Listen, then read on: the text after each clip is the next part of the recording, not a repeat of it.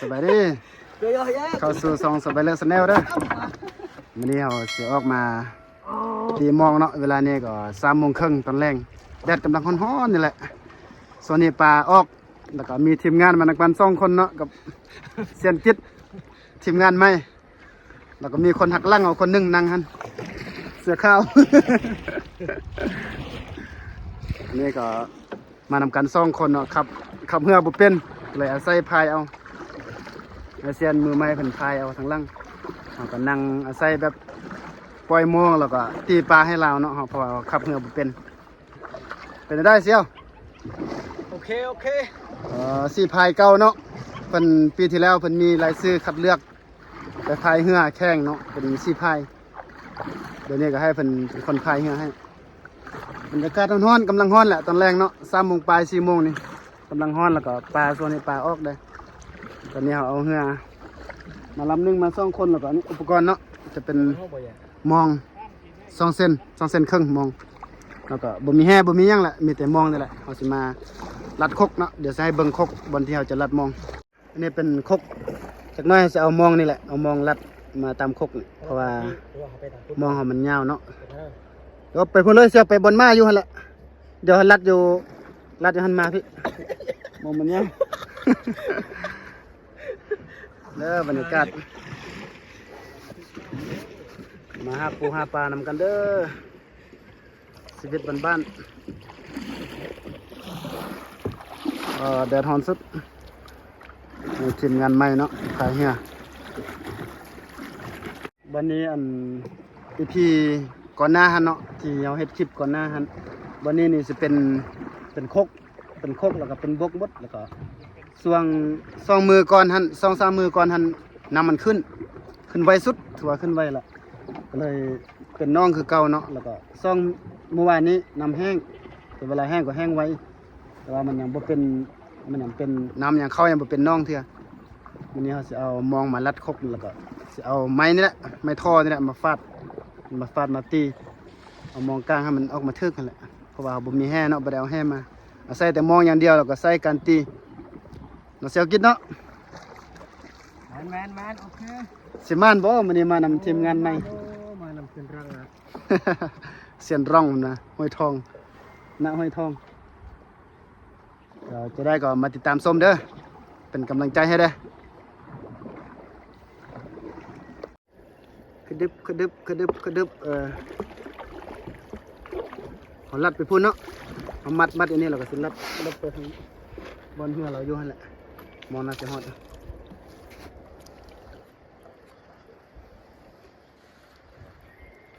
เดี๋ยวใจออกมาใจก่อน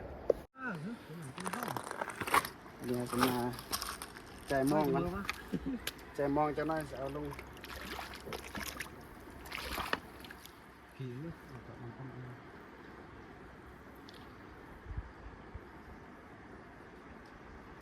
ต่อ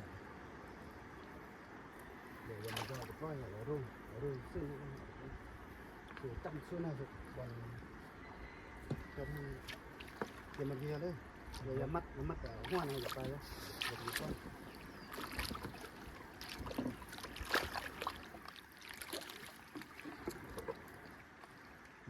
ปักกระสับ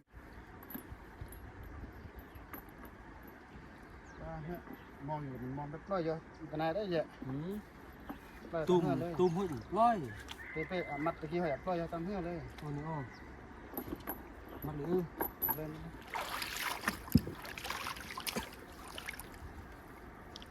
ใส่เก็บอย่างนี้แต่หมองนึ่ง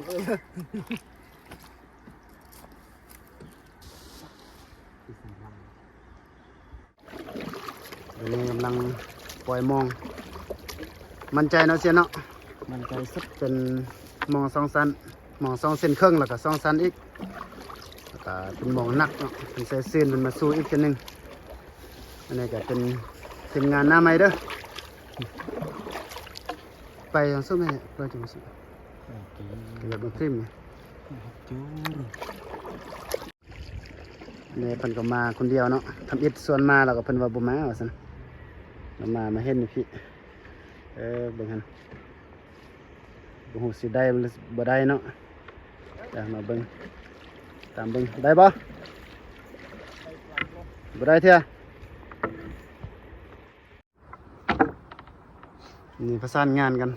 เรื่องใส่หมองเบิ่งมันใส่หมองเลือกเบิ่งบ่มีปลาหั่นแหละ ได้นะบ่มีเดี๋ยวต้องเงาะนะ หมองยาวหมองยาวเพิ่นว่าประมาณ200เมตรความยาวเด้200 เมตรนี่ก็สามารถลัดแม่น้ำคลองได้สบายเลยแหละลัดคกใหญ่ได้สบาย แต่ข้อเสียคือมันบ่ค่อยสูงเนาะประมาณเราสูงประมาณ60หรือว่า80เซนประมาณนี้แหละแต่ว่าลงยาวเนี่ยโอเคได้เรื่องอยู่200 เมตรถือว่ายาว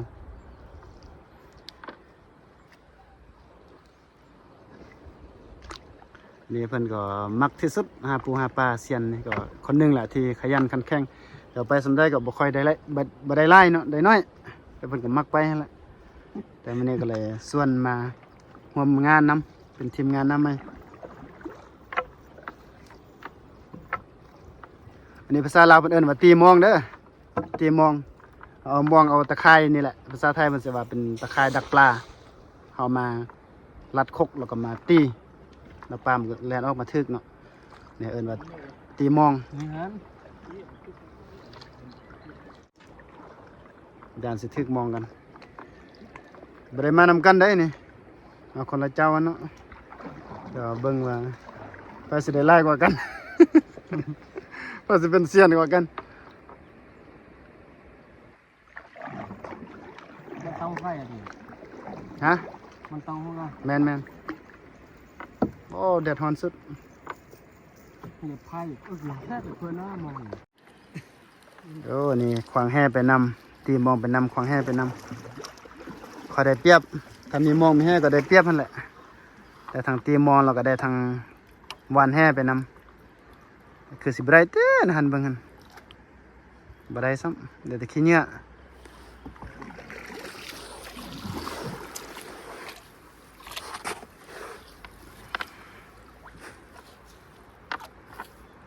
นี่มองบ่ค่อยสูงเท่าใดตัวยาวนี่โอเคอยู่บ่ค่อยสูงอันนี้ก็เตามองพระเจ้าเอาสิบ่ให้มันตัดกันเนาะเพราะว่ามองจากนั้นมันตัดกันมันสิโคมกันมันก็เวลาเก็บมันสิยุ่งพยายามเราก็พยายามเลี้ยงบ่ให้มันทึกกันแหละพายออกไปแบบเหยียบแคมเหยียบไปทางแคมนิดนึงถอแห้งมองเซียวบ่ต้องย่านแหละมองนี่ยาวสุดฮอดบกอยู่โอ้โหเสียนรองเขานี่ โอ้ย ปล่อยทางพี่โอ้มันสิบเกาะเหือปล่อยมองพิษแล้วนี่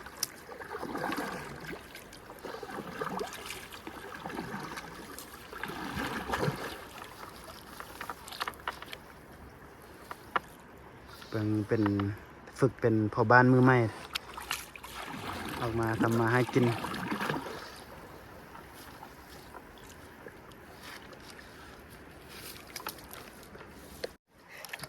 อันนี้มายามองเด้อเมื่อกี้เราลากปลายมาสุดนี้เนาะสุดจะบกแล้วก็ลากกับบกนี่ไปสิบ่ได้ตีเถื่ออันนี้เรามาเฮ็ดแปลงตีนมองก่อนเนาะเสียเนาะเพราะเมื่อกี้เราดึงมองมาแล้วยานมันสิฟูนะมันสิไปคมสัมเหมมันสิฟูเพราะฉะนั้นเราก็ต้องแปลงตีนมันก่อนแปลงตีนแปลงซื่นมันก่อนให้มันเกาะมันหินแล้วก็ลวดยามไปก่อนเนาะเพื่อมันสิทึกมองนี่ก็มั่นใจอยู่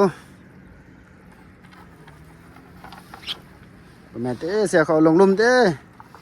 เนี่ยมันบนเหือหมด เปลี่ยนท่าเอาลงกองเหือเอา อ๋อนี่แหละ จังนั้นมันสิเกาะเนาะ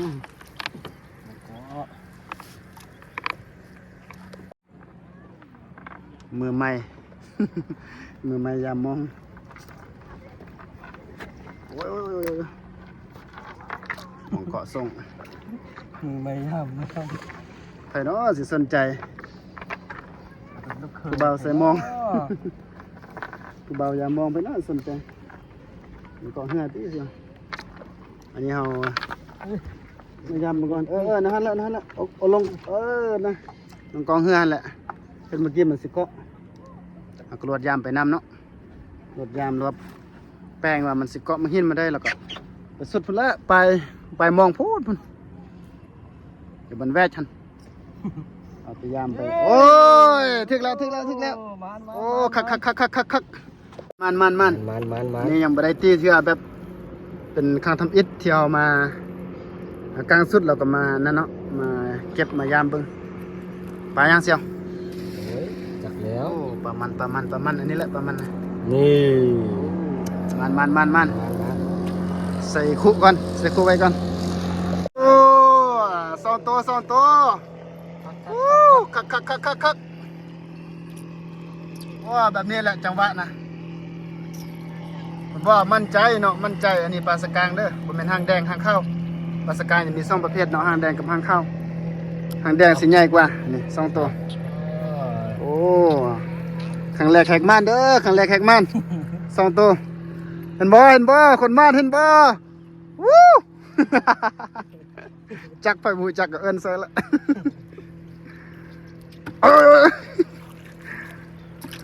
ยามไปเรื่อยๆเด้อผลงานฮะกะเอามองลงบัทันตีเถื่อได้2ตัวละได้ยามต่อไปเด้อเป็นอยากมาแจ่มน้ำเฮาแล้วนะแต่ใบเข้าทีมนกเนาะคนบ่ม่านใบเข้าทีมละทีมเป็นทีมงานสเบเลอร์สแนลเพิ่นม่านอยู่แล้วนะใส่แบบกลางมองนี่แหละบ่มีแห่บ่ได้หวานแห่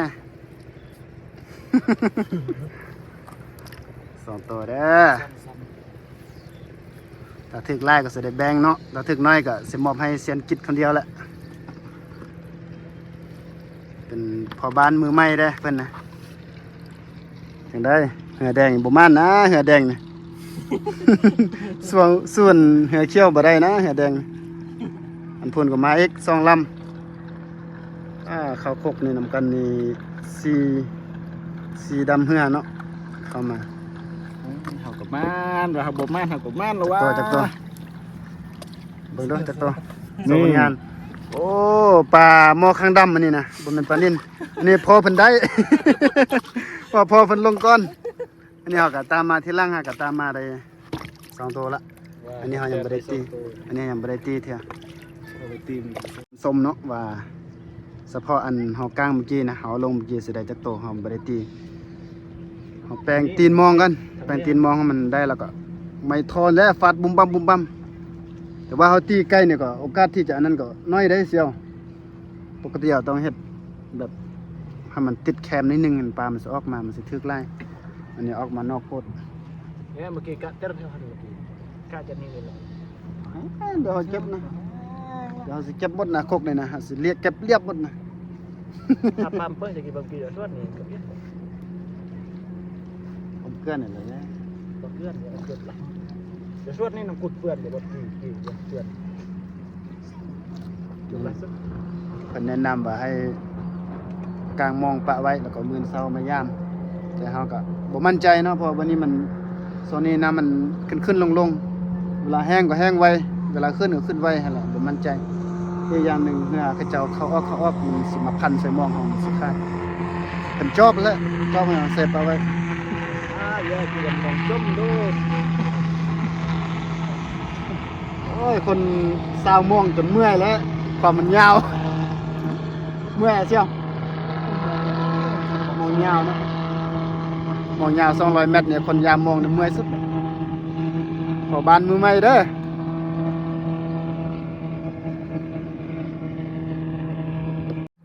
คนยามมองกับคนเก็บมองกับเมื่อย เดี๋ยวฟิตน้ำออกจากเหงือกกันน้ำมันเต็มกี่น้ำมันขึ้นสูงเราต้องฟิตออกเนาะมีการฟิตน้ำโอ้ยของแห้งในเด้อบรรยากาศแคมป์คงนอกบ้านนาเนาะ FC พี่น้องกองก้อยที่หับส้ม FC ฝั่งลาวฝั่งไทยเด้อมีวิธีแบบหูวิธีได้ที่แนะนำว่าสิถึกปลาใส่มองขนาดได้ก็สวยแนะนำเด้อเดี๋ยวจะลองมาเฮ็ดตามคำแนะนำเนาะของเพื่อนๆ FC คอมเมนต์มาบอกเด้ออันนี้เอาใส่มองน้อยมอง2 เซนครึ่ง ทางใดเพิ่นก็ขวางแห่อันนี้เพิ่นก็หากะยามมองมาเฉพาะคกนี่ก็เหือสีลำแหละอยู่วนเวียนแถวนี้โอ้ทางบกนี่บ่ถึกว่ะทางแคมนี่ ลอยก่อน โอเคปล่อยละบ่ต้องฮอดบกแล้วมันถึกมันนักเห็นแหละเสียวเดี๋ยวมื้อนี้เฮาก็ลงมือฟาดเลยตีปลาเต็มที่ตีปลาเด้อ ที่ปลาเด้อ มองเอากลางไปคนละเอาไปคนปลารถไปป้องปลาเจิงเด้อ นี่ มันลงมือบ ร ป ร ฏิ ยา บั กาศ ติ แยะ นี่ละไม้เฮา มันเด้อ บรรยากาศบรรยากาศ ปลาเทิงปลาแค่ปลาสงัวปลาข้าวต้องออกมา ตีเด้อตีมองเด้อ ถ้าเป็นตอนเช้านี่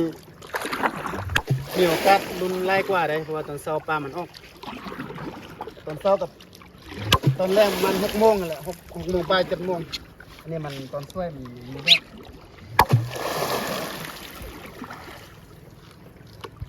อ๋อพี่น้องตีปลานำกันเด้อ คุยปลาเจียงปลาล็อกไก่อ่ะ เป็นปลาโลด นี่แหละเป็นเอาชีวิตตามของน้ำปลาอยู่น้ำคลอง โอ้ก็หมูกะสะเลย เอฟเฟกต์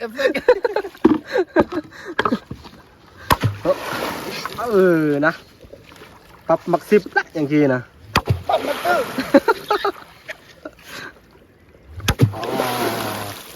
เบิ่งบรรยากาศเด้อบรรยากาศน้ำคลอง มันตื้อ น้ำคลองบ้านเฮายามแรงบรรยากาศห้าปูห้าปลาตามธรรมชาติที่ชาวบ้าน บ้านชาวเมือง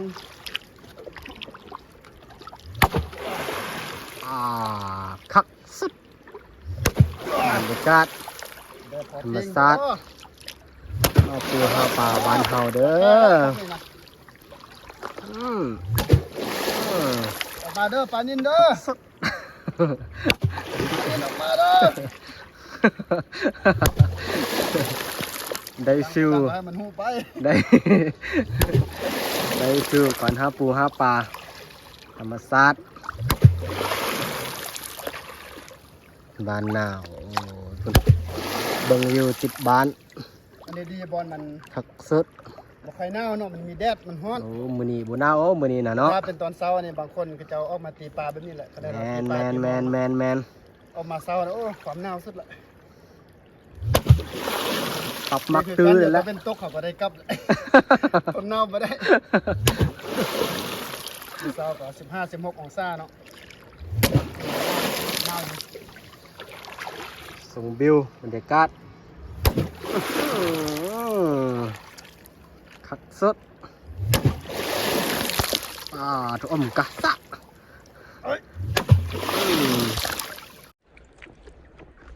มาเด้ออย่ามองอีกทีนึงมาจากที่เฮาตีนเมื่อกี้ก็โอ้ยเมื่อยเอาเรื่องเด้อไม่บงสุดกกสุดป้ายเอามาฟาดตีปลานี่ เบิ่งว่ารอบนี้มันสิได้พอเมื่อยบ่เมื่อกี้เฮาไปได้ตีได้2 ตัวหลังจากที่เฮาตีแล้วก็สมัยยามอีกทีนึงเราสิได้จักตัวนี่แหละอุปกรณ์เฮาก็มีแต่ไม้บงนี่แหละสุดกกสุดป้ายเอามาฟาดมาตีปลานี่มีคัก เดี๋ยวติดตามชมนำกันเด้อเดี๋ยวนี้หนุ่มกิจกำลังเก็บมองอยู่เดี๋ยวสมาเบิ่งว่าสิถึกบ่ได้บ่เสี่ยว ได้แล้ว ไปยังไปแก้วอะ แก้วแก้ว โอ้ยไปห้องเฮาไปได้นะมีแซมโอ้ลำพูนได้ไล่ได้ลำพูนมองจากเส้นเยอะมองจากเส้นอ๋อมอง4 เส้นนี่ได้ปลาใหญ่ได้อันนี้ที่จริงมีมอง3 เส้นแหละเราไม่ได้เอามามอง3 เส้นทึกปลาใหญ่ไปเดียวแต่ว่าเราไม่ได้เอามามันยุ่งโพดเนาะมันนั้นเส้นเศร้าเพิ่นเอาไปใส่จนได้พวกเพิ่นน่ะกำยมเยี่ยมมาใส่มาทิ่มอยู่เฮือนความยุ่งนี่เราก็เลยบ่เอามาเอามองน้อยนี่มาเดี๋ยวตามเบิ่งทางพุ่นมันว่าได้4 ตัว 5 ตัว ก็ได้มันได้ปลาใหญ่ได้ลำพูนนะเพราะว่ามองเป็น4 เซนมองใหญ่เนาะนี่มองเป็นมองน้อยมอง2 เซนครึ่งป้าเขาลืมเก็บเขาเก็บเราก็ลวดกลางไปพุ่นเลยจังไงเดี๋ยวกลับมาอีกรอบหนึงอ่ะนี่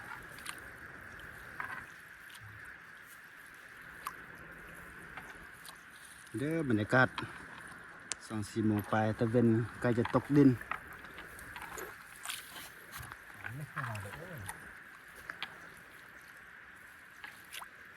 มันต่ำนะมองนี่โอ้ปับมักตื้อแล้วบัดนี้นะคักปลามัน2 ตัวกับปลาแก้วเมื่อกี้ก็นี่ปลาน้อยสิปลาแก้วนี่บ่ฮู้ว่าเอ้ยบ่ว่าอันไทยเพิ่นเอิ้นปลาหยังเนาะแต่ลาวเอิ้นปลาแก้วน่ะถึกมองก็โอ้ยความแกะความยากสุดยอดละปลานี่นะอันนี้เป็นปลาสกางเนาะปลาสกางปลามันนี่แหละปลาแก้วนะตัวดีแหละถึกปลาถึกมองคาดตลอดแหละปลาแก้วกับตัวปูนี่เด้อได้ผลงานเนาะ มันมาเด้อ 4 ตัวเนาะบ่ท้อเถีย ยามไปก่อน ไฟอ่ะ มัน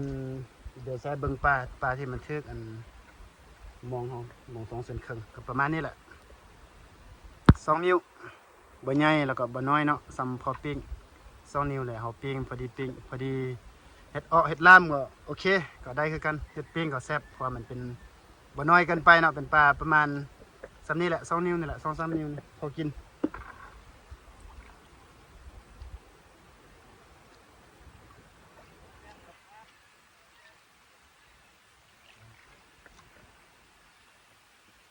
อยากมองแบบจะพวกนี้ก็ไปจังหวัดเกี่ยวกับมากนี่ก็วิธีชีวิตบ้านๆเด้อนี่เอาถ่ายคลิปถ่ายวิดีโอลงเนาะก็เพื่อให้พี่น้องของกอยพี่น้อง FC ที่เพิ่นอยู่ทางไกลเนาะมาได้รับชมวิถีชีวิตบ้านเฮานี่แหละแบบบ้านนอกแบบบ้านๆอยู่กับน้ำคลองอยู่กับน้ำห้วยหาปูหาปลาเนาะแบบหากินแบบธรรมชาติแบบนี้แหละใส่เบ็ดใส่หม้องเอาอย่าลืมกดติดตามแล้วก็กดคอมเมนต์เด้อสำหรับ FC ท่านใดที่ฮู้แบบวิธีหาปลา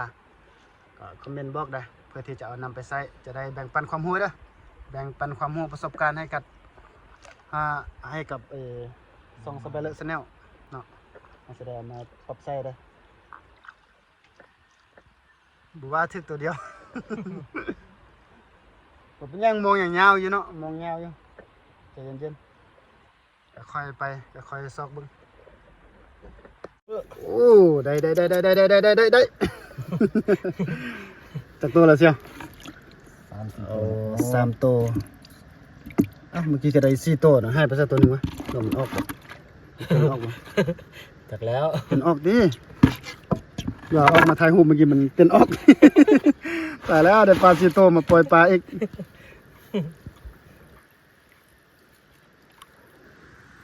โอ้ได้โย นี่ก็ห้ากันมาได้ห้ามาเทิมอีกตัวหนึงเนาะแล้วก็ว่างว่ามันสิทึกทางแคมเนี่ยแหละเพราะว่ามองเขามันคือว่าแหละมองมันบ่สูงมองมันต่ำแต่ระยะยาวแท้โอเคอยู่มันยาวเมื่อกี้คือจะได้4 ตัว5 ตัวกับปลาแก้วแต่มันให้ตัวหนึงน่าจะเต้นออกแหละบ่ซันมันก็ กองเหือนตี แท้อยู่กองมีพายกองสะแนนนี่ห้อกับบ่มั่นใจยาละเดี๋ยวจังนั้นค่อยซอกเอาขุมาบักใหญ่เบิ่งแม่ พอจะได้ใส่ปลาถ่ายได้แต่4 ตัวถึกอ่ะเสี่ยวเกาะวะดึงไปทางดึงออกดูลึกได้บัดนี้เนาะมันจำพื้นอยู่นี่มองมันจำพื้นแล้วมันหนักโพดโอ้คักภาษากลางห้างแดงเด้อนี่เด้อ เอามันยังกัดมันวะ 3 นิ้วโอ้ปลาใหญ่กัดมันโอ้นี่ ปลาใหญ่แหละนี่นะโอ้ปลาใหญ่กัดเนาะ โอ้ปลาใหญ่กัดมันครับ บ่แม่นปลาใหญ่เสียวน่าจะเป็นกุ้งลอตเตอร์โอ้คักอันนี้ว่ากุ้งลอตเตอร์กัดท้องมันกุ้งบ่ทึกว่ะไม่ใช่ว่าทุกกุ้งนี่เอาบ่ทันเนาะมันมากัดปลาเอาก่อนมันน่าจะอยู่ในหม้องนี่แหละอยู่แคมป์พุ่นแหละเด้อปลาสกางเด้อใหญ่ๆนี่อีกตัวหนึงมาเด้อเสียนกินนอนถึกบอกแล้วมันถึกทางแคมป์นั่นแหละโอ้เรียบร้อยเก็บแต้มเก็บแต้มเด้อจากตัว2 4 6 7ตัวเด้อพี่น้อง7ตัวอันนี้มองอย่างบสุดเถอะอีกน้อยหนึงกันแหละสิฮอดแคมป์ปลาแบบพอเปียงเนาะเสียวกินเนาะแมน พอเปียงพอจำแจ่วจำน้ำพริกกันแหละสำนีสำคัญอันกุ้งเนาะเป็นกุ้งลอตเตอร์น่าจะเป็นกุ้งลอตเตอร์แหละที่มันกัดเพราะกุ้งมันมากินเวลาปลามันทึกมองไว้โดนๆนี่เขาบ่มายามบ่มาเก็บเนาะมันสิมีกุ้งมันสิมากัดมากินท้องปลาเดี๋ยวสิย้ายเด้อย้ายมองตัวนี้เขาสิลัดไปพุ่นไปทางในพุ่นแหละไปทางน้ำที่มันลึกกว่าเพราะอยู่บ้านนี้มันเมื่อกี้เขาตีเท่านึงละเนาะสิบ่ทึกแล้วน่าจะบ่มีเดี๋ยวสิย้ายแล้วก็ไปตีทางในพุ่นอีกเท่านึงเก็บแต้มวันนี้อยู่6ตัวเนาะเซียวเนาะแม่น6-7ตัว6-7ตัวแหละเฉพาะคกนี่แหละอันนี้ลงบัดเดียวได้7ตัวน่าจะได้พอปิ้งอันนี้คือกุศโลบายเนาะกุศโลบายของอันแค่นี้ที่เอามาว่าถ้าได้บ่ฮอด20ตัวเขาสิบ่แบ่งถ้าฮอดบ่ได้20ตัวสิให้เซ็นกิจหมดเลยสิบ่แบ่งบ่เอาทางแต่ของสองสบายเลิศแนลเนาะสิบ่เอาก็คือเสียสละให้เราแต่ฮอด20ตัวหรือ20ปลาย30เขาก็สิแบ่งนั่นแหละแต่ว่าก็เบาไล่เอาหน่อยนึงพอแบบพอปิ้งเนาะพอปิ้งแบบแนวหากินตอนแรงนั่นแหละเพิ่นว่า โอเคเดี๋ยวสิย้ายบนเดี๋ยวใส่เบิ่งบรรยากาศฝั่งในเด้อบรรยากาศฝั่งในตะเวนเริ่มเข้าเนาะตะเวนเริ่มรับดินอากาศก็เริ่มเย็นนิดนึงจากน้อยก็สิกลับแล้วเพราะว่ามันอากาศมันเย็นเอาลงอีกเธอนึงเธอนี้น่าสิได้กลับแหละจับโซ่อากาศมันเย็นเลยแต่มันเก็บนี่แหละเราจะเก็บมองกันได้เก็บมองเราก็ย้ายไปตีฝั่งในฝั่งเลิกพุ่นแหละสิลัดโคกไปทางพุ่นก็ติดตามส้มเนาะลงรอบซ่องเมื่อกี้รอบทำอิฐรอบแรกไป7ตัวอันนี้เรากำลังเก็บมองจะไปลงบอลใหม่สิมานบ่มานี่ติดตามส้มเด้อติดตามส้มนำกันจะแท้เด้อเซียนกิดมือซีพายเก่าเดี๋ยวสิงานมันใส่มองไปใส่ลำโพงเนาะลัดไปออมคกพุ่นเข้าไปในมันแหละอันนี้ก็มันลัดเท่าเอกอันนี้ถ้าทำได้ก็ลัดไปลัดมาเนาะย่ามถึงอยู่ถึงไล่ ได้6 แต้ม 6 ตัวเมื่อกี้เขาได้7 ตัวแต่ของเราเป็นมอง4 เส้นมองใหญ่ของเราเป็นมอง2 เส้นครึ่งเนาะมันยาวแต่ประมาณนี้ละ7 ตัวลุยต่อโอเคอ้อมกกอย่างห้อเลยอ่ะตุ๊กตะเกียบอ้อมอย่างห้ออ้อมอย่างจำกลางห้อเลยครับเด้อบรรยากาศแคมป์คลองเด้อหาปูหาปลาตอนแรงตอนเช้าก็ไปบ่ได้เนาะทนหนาวบ่ได้มันหนาวโพดอากาศก็ลบบ่แม่นติดลบเมื่อเช้าก็ประมาณ15-16 องศานั่นแหละถือว่าหนาวอยู่ตามเพราะว่าหมู่บ้านมันติดน้ำคลองเด้ออากาศมันสิเย็นนิดนึงเดี๋ยวมัดอันนี้ไปเสียวมัดนี้เราก็ลงไปสองมันใส่มองสองบอลเกาะมองกันจะมาก็สิลากมาไปมาแอบเมมกล้องเนี่ยมองก็ตั้มนี่เหรอแต่กลางแอบเมมมอง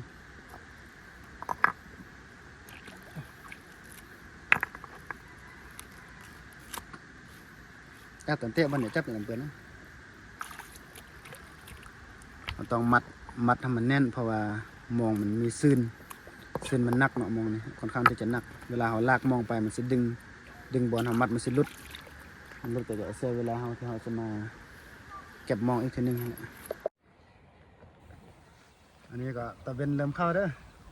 ขออนุญาตยืน ยืนถ่ายคลิปอยู่งานนี่แหละเพราะว่ามันสิบแจ้งสมได้เนาะตะเวนเข้าแล้วก็บ่ค่อยแจ้งเขาก็ยืนเอาอันนี้เด้อเซียนเด้อบ่แม่นว่าเฮ็ดตกน้ำได้แต่กล้องตกน้ำนี่ตายละขาดทุนแล้วมื้อนี้นะมื้อนี้ก็ถือว่าบ่ได้ลงทุนไปแต่ละเทื่อหั่นเฮาลงทุนไปก็ประมาณ 40,000กีบก็ประมาณ80 บาทเนาะเงินไทย80 บาทเพราะว่าลงทุนในการซื้อน้ำมันแด้แล้วก็ซื้อพวกเครื่องดื่มเป็น M100 เป็นท่านเนาะอากาศมันร้อน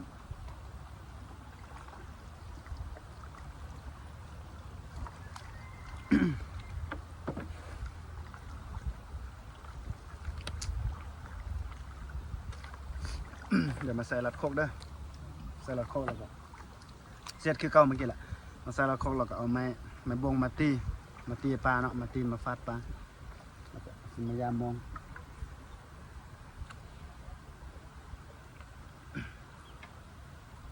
เด้อบรรยากาศแคมป์คลองเด้อ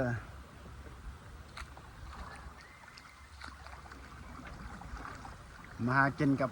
บ่าวสบายเลอะสแนล อยู่กับปูกับปลานี่แหละกินปลาทุกมื้อเนาะ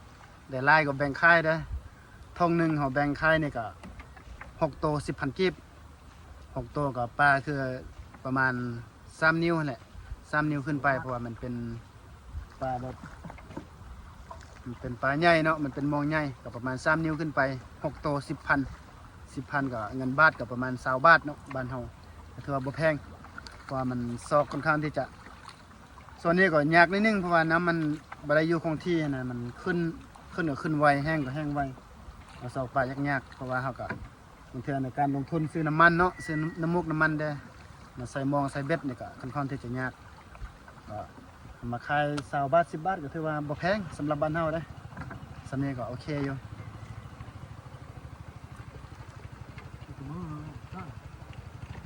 น้ำมันตื้นเดี๋ยวติดตามชมครกนี้เด้อติดตามชมเหมือนกันเอาเด้อวันนี้เรามาตีปลาครกที่2เปลี่ยนเซียนเนาะเปลี่ยนเซียนมาโอ้ยพอไม้นี่ก็หนักเติบเปลี่ยนเซียนในการตีเนาะ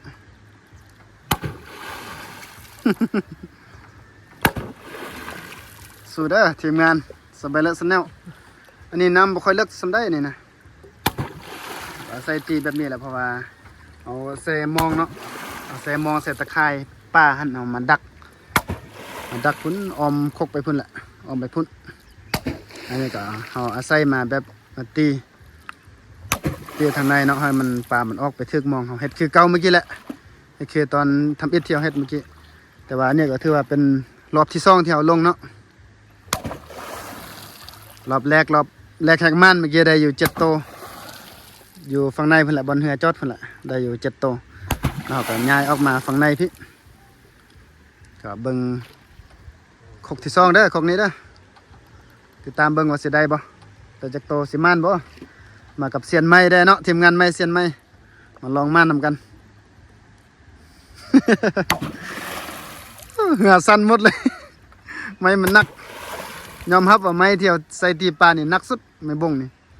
ยกบัดได้นี่แขนนี่ปวดหมดเลยเหงื่อจนสั่นพุ่นแล้วจะได้เสี่ยวบุ้ม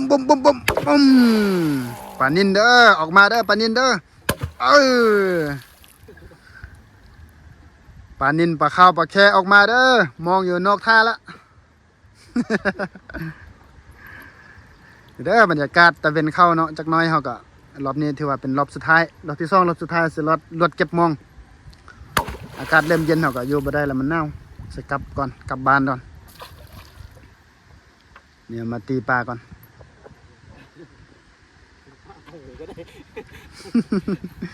เดี๋ยวสิลักยามมองเซียวคนเมื่อกี้เนาะเขาสิบ่บอกเรายานเราหูเขาสิบอกกับ FC ก็อย่าไปบอกเราเด้อ อันนี้ลักยามได้เดี๋ยวไปยามมองเราตึม เพราะว่าเขาตีปลาก็เราก็มีเปอร์เซ็นต์ที่ปลามันออกมาทึกมองเราเพราะว่าเราใส่อยู่นอกมองเราเป็นมองห้างเนาะเป็นมอง4 เซนมองเฮาอยู่ในมอง2 เซนครึ่ง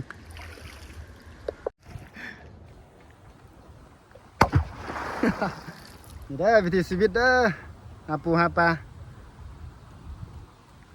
กางมองตีปลาวันนี้ได้พอออล่ามเนาะเซลเนาะเซลเจ็ดเป็นว่าพอปิ้งพอออล่ามได้โอ้ย อย่าเด้ออย่าตกเหือเด้อตกเหือเนี่ยเน่าเลยแหละมีเน่าแหละอากาศมันเย็นเด้เดี๋ยวตีออกไปในเพิ่นแล้วก็ฮอดบอลสุดมองอย่าสลดเก็บมองเลยแล้วก็รวดกลับบ้านมาบ่โดนเนาะสุดนี้เฮามา2 คนแล้วก็5ก็ลงมา3 โมงครึ่งเดี๋ยวนี้ก็เกือบ5 โมงเอาลงมาก็ประมาณ1 ชั่วโมงปลายรวมค่าเฮาเฮ็ด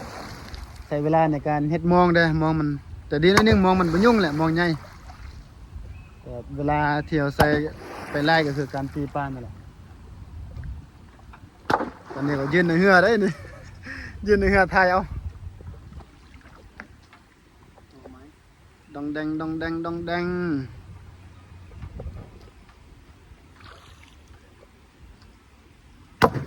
โอเคฝั่งในเนาะฝั่งในน่าเป็นกุศลอายเราไปควางแห่ไปทอดแห่ในเอาเหือไปทอดแห่ไปน้ำแล้วก็กางมองไปน้ำยามมองไปน้ำเนาะพอแล้วเนาะเสียวเนาะเก็บเลยบ่ก็เก็บอยู่ปลายให้แล้วก็ใส่กระสอบแล้วก็รวดเก็บมาเลยเดี๋ยวมาติดตามเนาะมาให้ทายให้เบิ่งว่าสิทึกบ่ถ่ายคลิปให้เบิ่งว่าครกนี่สิทึกจักโตมันจักโต ติดตามส้มเด้อมาเด้อมาติดตามเก็บมองอีกเท่านึงรอบ2เนาะที่เราลงรอบทำอิฐได้7 โตแล้วก็อันนี้รอบ2แหละที่เราลงตีปลาเมื่อกี้อันนี้ก็เป็นรอบสุดท้ายเนาะเซลเนาะสรวจเก็บมองแล้วก็รวดกลับบ้านเด้อคือว่าแหละเนาะเป็นช่วงหน้าหนาวอากาศมันเย็นอยู่น้ำคลองอากาศเย็นอันนี้เป็นปลายที่มันเลื่อมองมันเลื่อก็เลยปล่อยลงมาตามกระแสน้ำนี่แหละเราไม่ได้มัดปลายมันติดตามเบิ่งว่ามันสิถึกบ่นี่เก็บแบบเอาซาวเอาซื่อๆเราไม่ได้แบบเก็บเป็นตาคือมองน้อยถ้าเราเก็บแบบเป็นตาเป็นนั่นไปมันมักยุ่งมองมันมักยุ่งมักเกาะกันเก็บแบบนี้แหละมองสิบ่เกาะเป็นวิธีเก็บมองแบบมองใหญ่เนาะเราเก็บแบบนี้มันสิบ่เกาะกันระวังหัวเหือเด้อเสี่ยวโอ้ย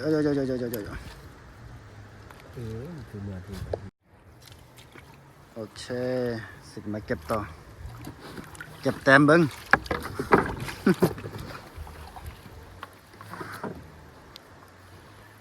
เก็บใส่กระสอบเนี่ยแหละเก็บตามมาทำอิฐเราก็ใส่กระสอบมาเนาะเก็บใส่กระสอบแล้วก็เอาขึ้นไปไว้บ้าน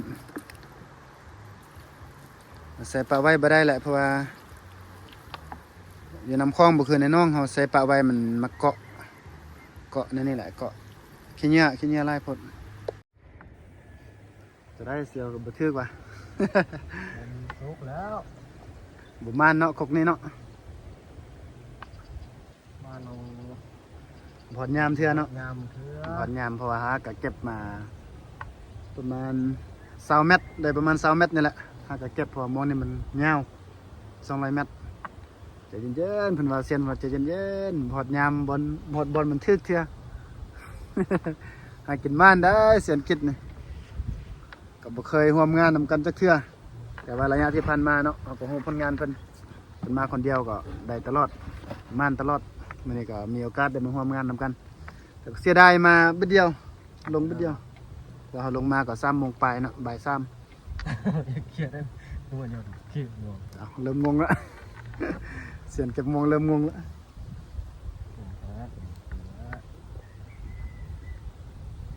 ได้กุ้งโรเตอร์จากตัวหนึ่งเนาะเสียวเนาะคักสุดแหละเอาปลาเพียหาลาบจากตัวหนึ่งได้ว่าบ่ได้ซ้ำสู้ๆเด้อ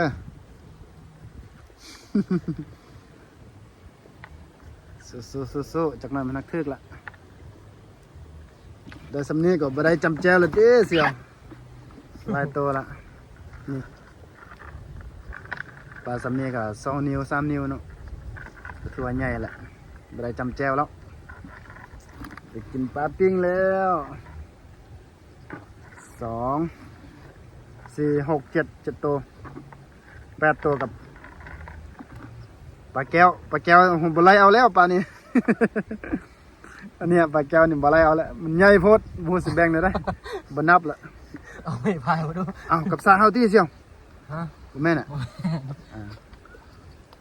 เกือบ จะได้มองจะได้เกือบแล้วพายเลยเดี๋ยวสวยเพิ่นพายเฮือก่อน ไม่พายมาดูแม่ ปลาบ่ได้เลยหลับซองนี่เสี่ยว โอ้ย บ่ได้เลยบ่ได้จักตัวเลยบ่ม่านเลยเป็นบางจุดบางบอนหั่นแหละเวลาเฮาใส่มองตีมองบ่ถึกจุดปลามันก็บ่ถึกเนาะเสี่ยวเนาะมันก็ขึ้นกับจุดมันขึ้นกับจุดกับบอนที่เฮาใส่ได้แล้วก็โศกอีกเทื่อนึงเนาะโศกถ้าโศกดีก็ได้ปลาเพียปลาใหญ่เพิ่นแหละตัวโลปลาย2 โลพอลาบพอแกงเพิ่นแหละน่าจะมีปลาเพียนะตอนนี้มันคือบ่ได้วะมองสุดแล้วเด้อมองเฮาโอ้มองสุดแล้วบ่ถึกจักตัว นี่ โอ้โอ้ยถึกอยู่มา5ตัวหนึงวู้ประมาณเอาไม่พายดู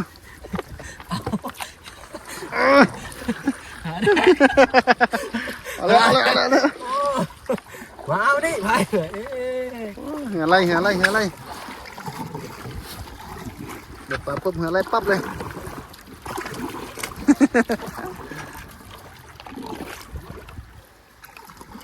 พอแล้วโอ้ยเดี๋ยวพัดเนี่ย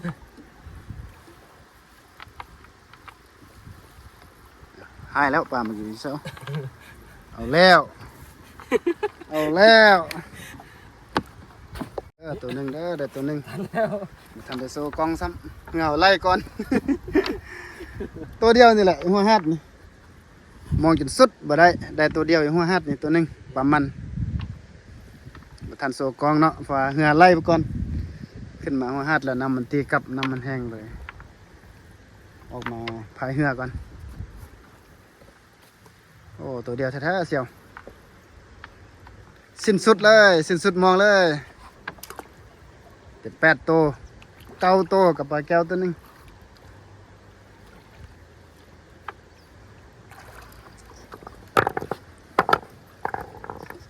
เอาไว้ก่อนเนาะเสียวเนาะเถอะหน้าค่อยว่ากันไหม น้อง อยู่เด้อผลงานอยู่เด้อฝากผลงานมื้อนี้ เสียว มาทำงานเด้อ ฝากผลงานเด้อจักโตมื้อนี้ โอ้10 ไปโต เดี๋ยวนับมันก่อน